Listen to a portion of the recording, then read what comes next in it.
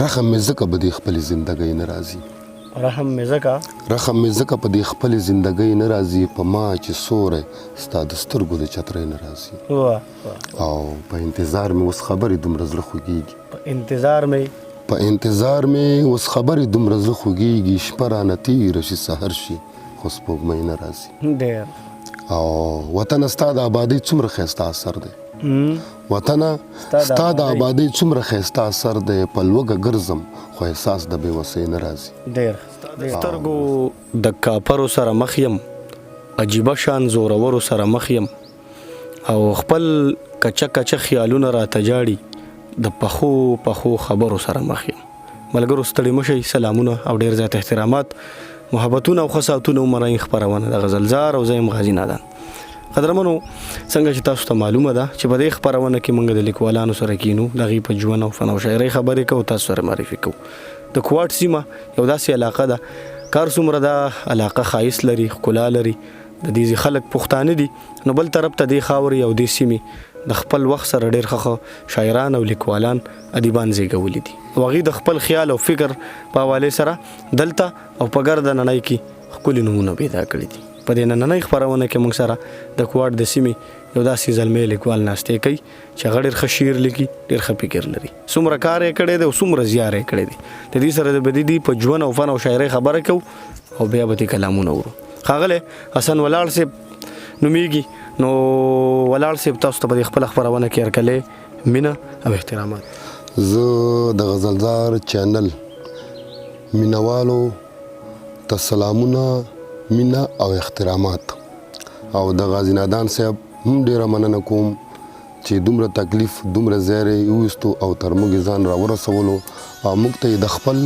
د خیالاتو د اظهار کولو موقع راکړه مینه او مننه ډیره مننه حسن ولاړ صاحب ډیره مهرباني چې تاسو موږ له وخت راکړو د خپلې شاعرۍ ابتدایي آغاز کم وخت چې تاسو وکړو څنګه راته پته ولګېده چې په حسن کې دننه یو شاعر هم پروت دی ابتدا خو زما په خیال چې د یو انسان شاعري د یو انسان فطرتي وي یعنی فطرتي عمل وي او دا فطرتي ورکې پرته وي نو شاعري ما تقریبا د 2000 واچوه د دغه وخت نه ما د شاعري ابتدا وکړه او شاعري مې فعل کړه او د شاعري آغاز مې وکړو نو دا تقریبا د 2000 کې ما دا شعر شروع کړی مطلب دغه شل 22 کال کېږي نو په دې 22 کالو کې څومره کار تاسو کړی څومره کتابونه تاسو چاپ کړي دي که نه مې څومره مواد دي شاعري خو مې ډېره کړې ده په دې کې غزل هم دي نظمونه هم دي خو تر اوسه مې کتاب چاپ نه دی او کتاب مې انشاءالله چاپ ته تیار دی ټایټل هم جوړ دی کمپوز هم شوی دی صرف چاپ ته خبره پاتې ده نو دا چاپ کوي که نه ولې دا خبره څه پکې مسلې دي پکې که نه بس ما خو څو ځلې اراده کړې وه چې زه کتاب چاپ کوم خو بیا حالات داسې راشي چې بیا پاتې شي نو انشاءالله کوشش به دی چې په دا لږ را روان وخت کې زه کتاب چاپ کوم صحیح ده نو داسې مالي ستونزې پکې دي که نه څه بل څه بس داسې وګړه کې مالي هم راشي خو مالي ستونزې ورکې شته دی بس داسې وشي نو زه چې کله ځان برابر کړم نو یوه نه یوه خبره جوړه شي نو مالي ستونزه هم وګړه چې دې وجې نه هم پاتې دی صحیح ده ډېره مننه او کومه ټولنو سره تعلق ساتي زما ابتدایي ټولنه چې دې نه مخکې اتل صاحب تاسو سره دا خبره وکړه نو زما تعلق ځواک ادبي ټولنو سره زما آغاز د دغې ځواک ادبي ټولنې شروع صحیح ده کلام اورو پوښتنې به هم ورسره کوو ډېره مننه غزل دی څه د ښایست څه د خندا او څه د زړه مقدس څه د ښایست څه د خندا او څه د زړه مقدس اوښکې دې وچې کړه لامده دې کړه لیمه مقدس او عکس دې اخلم لږ په څنګ شه خو سپوږمۍ ته ګوره عکس دې اخلم لږ په څنګ شه خو سپوږمۍ ته ګوره سترګې دې پټې کړه چې را دې شي باڼه مقدس او شعر دی نادان صاحب چې خدایه مخلوق دی ستا پیدا دی خو زه دومره وایم خدایه مخلوق دی ستا پیدا دی خو زه دومره وایم ټولې نړۍ کې دې یوازې پښتانه مقدس ډېر او سترګې د تورې کړه ګناه نه ده چې داسې ګرځي سترګې د تورې کړه ګناه نه ده چې داسې ګرځي د جمعې شپه ده ښه ثواب لري رانجه مقدس ډېر او حسنه پوه یم چې دا رزق به نه وي حساب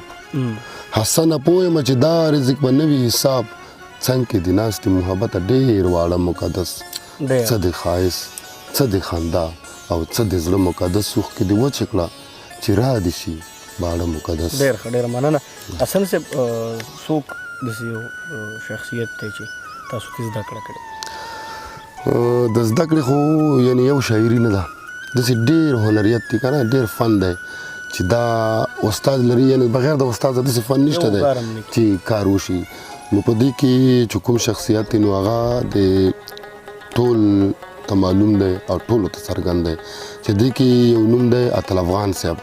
چې دته زه د یو استاذ لقب ورکوم یعنې ډېر ښه استاد موږ سره ډېر محنت کړی دی او ډېره خواري راسره کړې نو زه دا ډېر فخر سره یم چې اتل صاحب زموږ استاد دی او دې سره یو بل شخصیت دی چې هغه ډېره خواري موږ سره کړې یعنې تر کوره راغلی موږ یې کور نه ایستلي وو نو هغه هم زه استادانو کې ګڼم چې هغه طاهر ځلاند صاحب دی صحیح ډېره مننه کلام اورو ډېره مننه غزل ده چې عروج ته وخیږي ډېر زر زوال ته ورسیږي عروج ته وخیږي ډېر زر زوال ته ورسیږي دا بې هنره سړی څه کمال ته ورسیږي مننه عروج ته وخیږي ډېر زر زوال ته ورسیږي دا بې هنره سړی څه کمال ته ورسیږي او هره خبره به سندره او نغمه جوړه شي هره خبره به سندره او نغمه جوړه شي چې مې لاسونه ستا د زړه دیوال ته ورسیږي او دا زندگی به د خدای بیا ته محبت غواړي دا زندگی به د خدای بیا ته محبت غواړي چې د نظر زما د مینې خیال ته ورسیږي او نادان صاحب یو شعر دی چې تاسو ته د ډالۍ وي زړونه به مات کړي په والله ای غنم رنګې جینۍ زړونه به مات کړي په والله ای غنم رنګې جینۍ که لږ رانجه دا ستا د ځنې خال ته ورسیږي او په خوشبویي کې حسنه زندگی پرته ده په خوشبویي کې حسنه زندگی پرته ده که دغه خاوره د دې وخت ګلال ته ورسیږي ډېر ښه دی نور هم څه وورو ډېره مننه او یو غزل دی چې رحم مې ځکه په دې خپلې زندګۍ نه راځي رحم مې ځکه په دې خپلې زندګۍ نه راځي په ما چې سوری ستا د سترګو د چترۍ نه راځي او په انتظار مې اوس خبرې دومره زړه خوږېږي په انتظار مې اوس خبرې دومره زړه خوږېږي شپه رانه تېره شي سحر شي خو سپوږمۍ نه راځي او وطنه ستا د آبادۍ څومره ښایسته اثر دی وطنه ستا د آبادۍ څومره ښایسته اثر دی په لوږه ګرځم خو احساس د بېوسۍ نه راځي او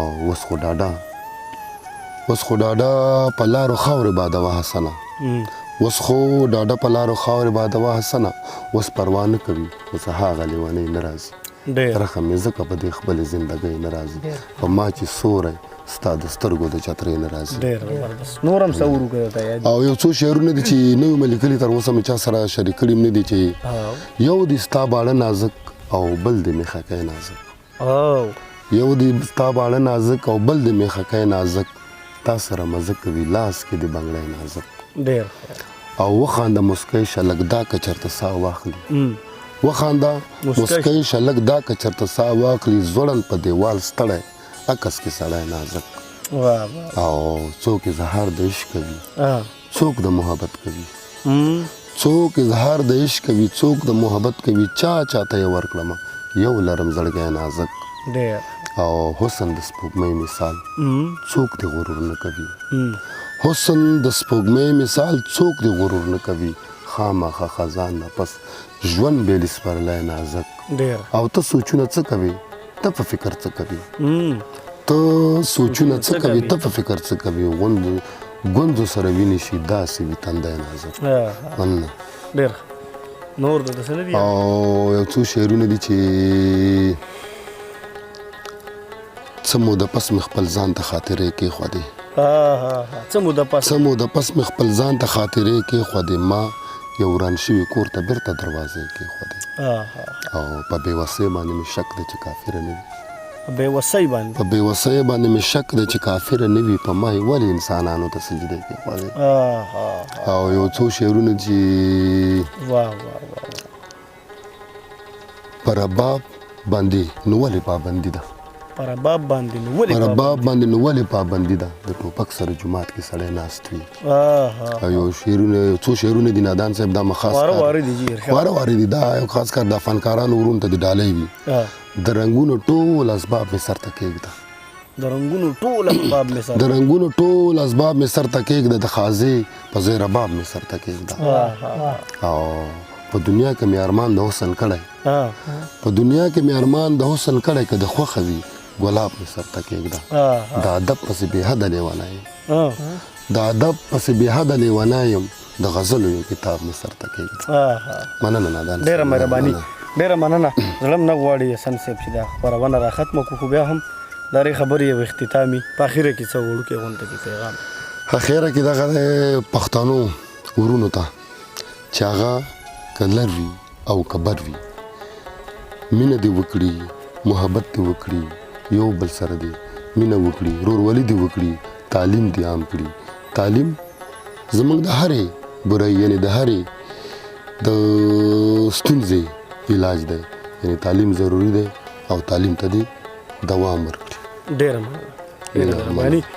قدرمنو حسن ولاړ صاحب تاسو موږ سره واورېدو ډېره ښکلې شاعري او په اخره کې د تعلیم د پوهې او د رڼا پیغام زما یقین دی چې تاسو به هم د دغه پیغام او د دغه شعرونو نه به هم خوند اخیستی او پیغام به تاسو خامخا عمل وکړئ د دې تر څنګه زمونږ د ملګری چې کوم دی څه نام یې ده